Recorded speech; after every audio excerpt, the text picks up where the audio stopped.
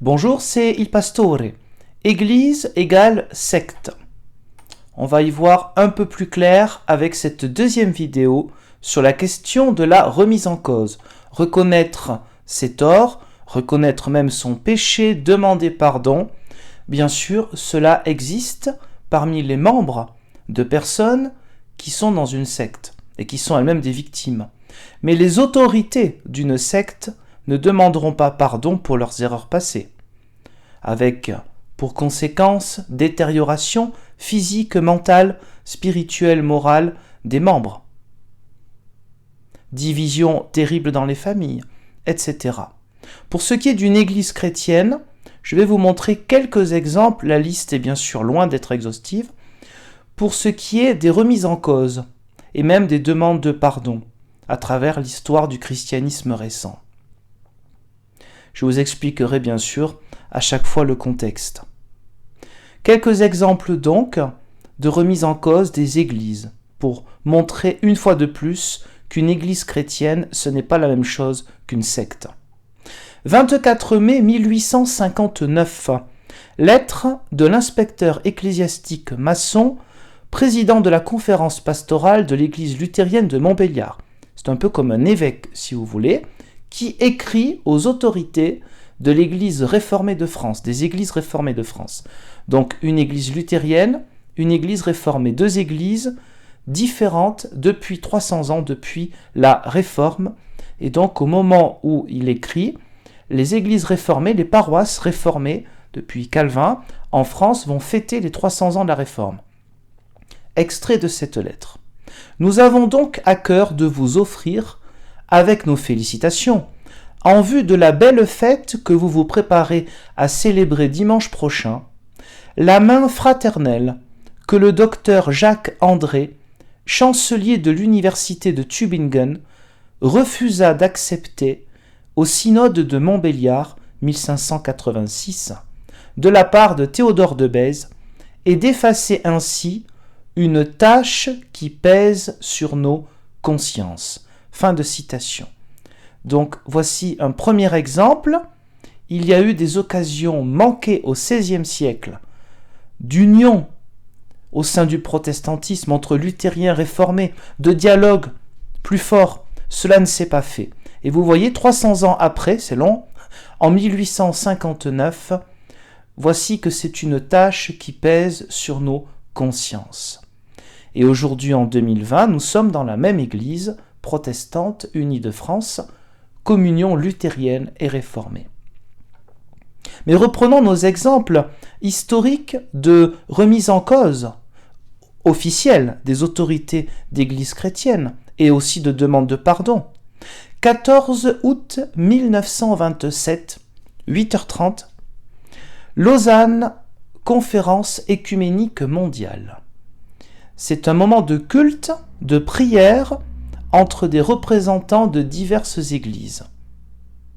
Que dit le communiqué, le compte-rendu de ce jour-là ? Service d'humiliation, on dirait aujourd'hui humilité bien sûr, et d'intercession, c'est-à-dire de prier les uns pour les autres. Je cite, « Il commença par le chant d'un cantique, une prière d'adoration et de louange, et la prière dominicale. Puis vint un appel à la soumission à Jésus-Christ qui veut l'union des chrétiens, et à l'humiliation pour avoir méconnu ses desseins. La congrégation confessa à genoux les péchés de toutes les églises, leur manque de compréhension, d'humilité et d'amour. » Fin de citation. Donc cette conférence mondiale écuménique à Lausanne du 14 août, au mois d'août 1927, qu'y avait-il ? Il y avait des représentants de la communion anglicane, de la Société des Amis, communément appelée Quakers, d'églises baptistes, congrégationalistes, luthériennes, ménonites, c'est ceux qui donneront les Amish aux États-Unis, méthodistes, moraves, orthodoxes, presbytériennes et réformées, vieilles catholiques et autres églises unies, diverses et variées du monde entier. Autrement dit, pour l'époque, en 1927, vous avez en gros des représentants de la moitié du christianisme mondial qui demandent pardon au nom de leurs diverses églises. Plus tard, l'Église catholique romaine se joindra au dialogue à partir de 1960. Ce n'est pas encore le moment. 18 août 1937, 10 ans après, Conférence mondiale des Églises, Édimbourg. Déclaration d'union, donc je cite des textes, les sources sont en dessous de la vidéo. Déclaration d'union au service de notre Seigneur Jésus-Christ. Nous confessons humblement que nos divisions sont contraires à la volonté du Christ, et nous prions Dieu de bien vouloir en sa miséricorde abréger les jours de notre séparation et nous guider par son esprit vers la plénitude de l'unité. En 1937, vous avez en gros le même nombre d'églises qui sont représentées. Il manque les délégués allemands car l'église protestante allemande à ce moment-là, sous le nazisme, c'est une période très compliquée, c'est le moins qu'on puisse dire pour elle. Pas que pour elle évidemment, mais aussi pour elle. Nous avons par contre en 1937 plus d'églises orientales, comme l'église apostolique arménienne, et puis d'autres groupes chrétiens particuliers comme l'Armée du Salut. D'autres petits exemples. 8 septembre 1943, Torre Pellice, en Italie, la Chiesa Valdese, l'église vaudoise. C'est la toute petite église protestante qui en Italie. La plupart de ses paroisses se trouvent au sud-ouest de Turin. À 3/4 d'heure de route, vous avez plusieurs villages avec une présence importante de cette église protestante qui existait même avant la Réforme. Le synode c'est l'instance supérieure. Dans cette vidéo, nous évoquons les textes officiels des autorités. Le synode, face aux exigences de l'heure présente, s'humilie devant Dieu de ne pas avoir su proclamer en toute occasion et quel que soit le coût, quel que soit le risque, quel qu'en soit le coût et le risque, le message du Christ, le Seigneur, dans toutes ses implications. Il affirme sa solidarité de foi, de prière, de souffrance et de combat avec les églises en détresse par fidélité au Christ. Et au-delà de toute barrière de nation, de race, il prend part, une part active à l'Église universelle, etc. Bon, c'est traduit un peu rapidement, mais le synode donc, l'autorité de l'Église vaudoise reconnaît que cette Église-là, nous sommes le 8 septembre 1943, un tournant dans la guerre pour l'Italie, puisque ce jour-là, ce même jour, l'Italie change d'alliance et va se trouver avec les Alliés. Et donc l'Église vaudoise reconnaît ses torts ou ses manquements pendant toute la période fasciste, depuis 1922. 19 octobre 1945. Confession de foi, confession de culpabilité, Schuldbekenntnis de l'Église protestante allemande. Le Conseil de l'Église protestante allemande, lors de la venue de délégués du Conseil écuménique, vous vous souvenez tout à l'heure des conférences écuméniques mondiales, le Conseil écuménique des Églises va commencer officiellement en 1948, là il est en train de se préparer, et donc il y a des délégués de toutes les grandes églises du monde entier, sauf l'Église catholique romaine, je vous ai dit c'est à partir des années 60 qu'elle va commencer l'ouverture au dialogue, un dialogue réel.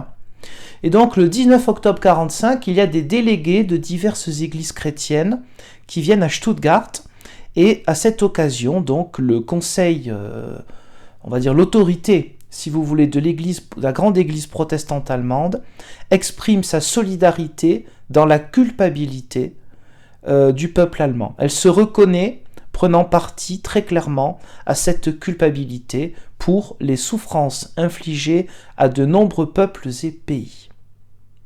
8 août 1947, la même église protestante allemande va faire une autre déclaration encore, appelée la déclaration de Darmstadt, qui reconnaît entre autres ses erreurs idéologiques et politiques sous le nazisme.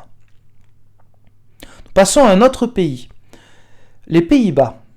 Avril 1950, lettre pastorale du synode général de l'Église réformée des Pays-Bas sur l'Église catholique romaine. le protestantisme aux Pays-Bas est majoritaire, d'autant plus à cette époque-là.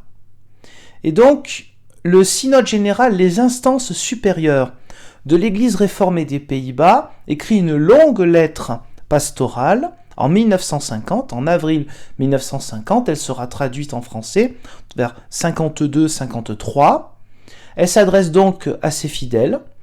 Il y a des critiques constructives mais réelles face à l'Église catholique romaine et certaines de ses croyances, notamment l'Assomption de la Vierge Marie, qui deviendra quelques mois après, le 1er novembre 1950, un dogme, l'Assomption de la Bienheureuse Vierge Marie, c'est l'époque de Pie XII. Il s'agit de critiques, il s'agit d'un dialogue aussi, d'une volonté plutôt de dialogue franc, mais il s'agit aussi d'une autocritique. Écoutons, lisons quelques courts extraits de cette lettre pastorale. Paragraphe 61. Dans l'Église de la Réforme également, on a disposé de la vérité. On l'a associée au cortège d'idéaux politiques, sociaux et personnels, exclusivement humains. Chez nous aussi, la seigneurie de Jésus-Christ a été troquée contre celle d'hommes chrétiens, voire d'une propagande pour des principes chrétiens. Chez nous aussi, la volonté de puissance de l'Église n'est nullement une exception. Il y est beaucoup plus souvent question des intérêts de notre Église que du règne de Dieu. Dans le protestantisme aussi, l'Église du Christ s'est mélangée au monde, elle s'est appuyée sur l'État, elle a recherché la puissance terrestre, une tranquille et bourgeoise existence, si bien que la parole de Dieu, également chez nous, a été dépouillée de sa force prophétique. Fin de citation, 1950. Nous avançons un petit peu. 1964, l'Église catholique romaine, officiellement et de manière irréversible, s'est engagée dans le dialogue écuménique depuis 4 ans. Écoutons un court extrait de la lettre encyclique, donc une lettre très importante, du pape Paul VI, 6 août 1964, une lettre qui parle de l'Église et qui s'intitule Ecclesiam Suam. Paragraphe 113, extrait. L'Église catholique ne cessera de se rendre capable et digne dans la prière et dans la pénitence de la réconciliation désirée. Fin de citation. La même année, le 21 novembre est un jour très important car 3 textes au moins de Vatican II sont promulgués. Je vous invite à regarder des autres vidéos sur ma page YouTube qui évoquent donc le Concile Vatican II vu par les observateurs protestants. Extrait du texte sur l'Église qui s'appelle Lumen Gentium, chapitre 1, paragraphe 8 du 21 novembre 1964. L'Église, elle, qui enferme des pécheurs dans son propre sein, est donc à la fois sainte et appelée à se purifier, et poursuit constamment son effort de pénitence et de renouvellement. Fin de citation. Le même jour, décret sur l'écuménisme, Unitatis Redintegratio, chapitre 2, verset. Chapitre 2, paragraphe 7. Je ne vais pas commencer à confondre les textes de Vatican II et les Saintes Écritures. Il y a un aspect un petit peu comique là-dedans. C'est pas très grave donc. Paragraphe 7 du chapitre 2. Par une humble prière, nous devons donc demander pardon à Dieu et aux frères séparés, de même que nous pardonnons à ceux qui nous ont offensés.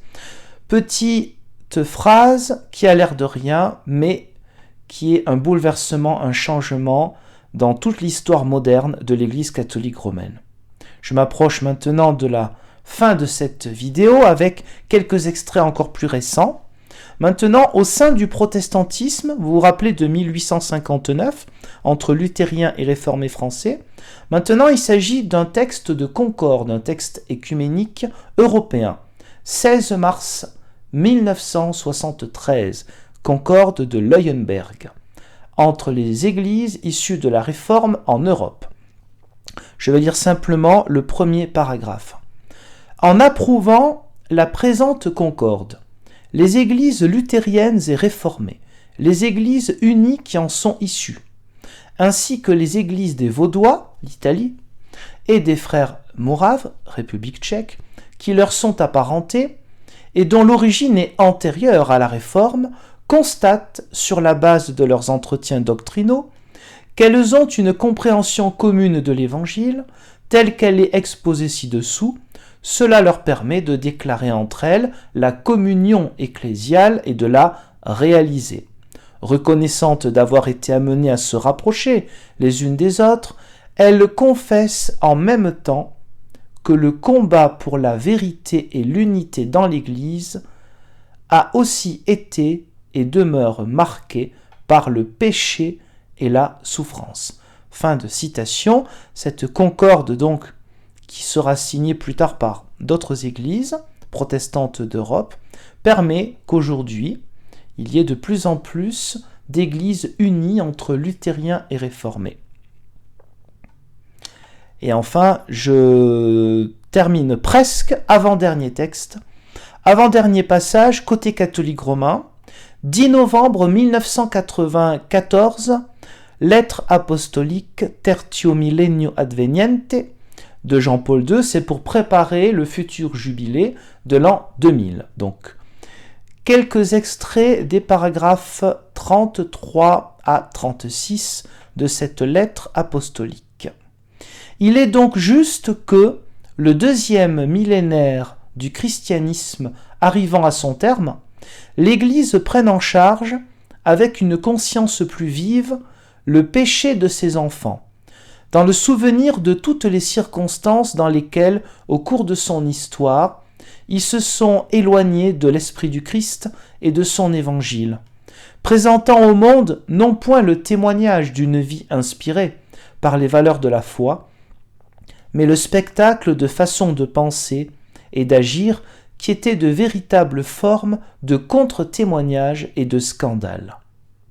Elle ne peut passer le seuil du nouveau millénaire sans inciter ses fils à se purifier dans la repentance des erreurs, des infidélités, des incohérences, des lenteurs. Reconnaître les fléchissements d'hier est un acte de loyauté et de courage qui nous aide à renforcer notre foi, qui nous fait percevoir les tentations et les difficultés d'aujourd'hui et nous prépare à les affronter.